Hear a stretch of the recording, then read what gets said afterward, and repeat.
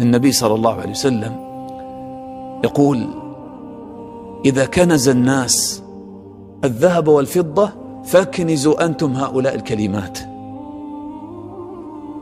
وذكر في دعائه: وأسألك قلبا سليما ولسانا صادقا. هذا الكنز الحقيقي في الدنيا، القلب السليم.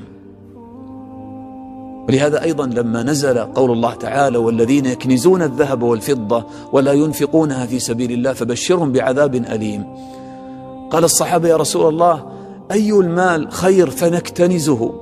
إذا كان الواحد منا محاسب على كنز الأموال إذا ما أدى زكاتها، طيب أي المال خير فنكتنزه؟ فقال النبي صلى الله عليه وسلم: قلب شاكر ولسان ذاكر وزوجة صالحة تعينه على أمر آخرته. قلب شاكر، قلب السليم. لماذا هذا أعظم كنز في الدنيا الإخوة؟ لأن حقيقة السعادة والراحة في الدنيا إنما تكون بالقلب السليم، كما قال ربنا جل وعلا: ألا بذكر الله تطمئن القلوب. ألا بذكر الله تطمئن القلوب. تأمل، ما قال ألا تطمئن القلوب بذكر الله، قال ألا بذكر الله، قدم ما حقه التأخير، وهذا يفيد الحصر.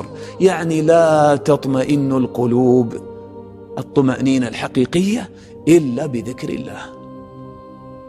ولهذا قال النبي صلى الله عليه وسلم: مثل الذي يذكر ربه والذي لا يذكر ربه مثل الحي والميت.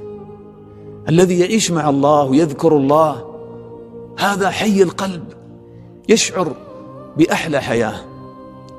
قال الله تعالى: من عمل صالحا من ذكر أو أنثى وهو مؤمن فلنحيينه حياة طيبة، حياة طيبة في الدنيا، ولنجزينهم أجرهم بأحسن ما كانوا يعملون، يعني في الآخرة.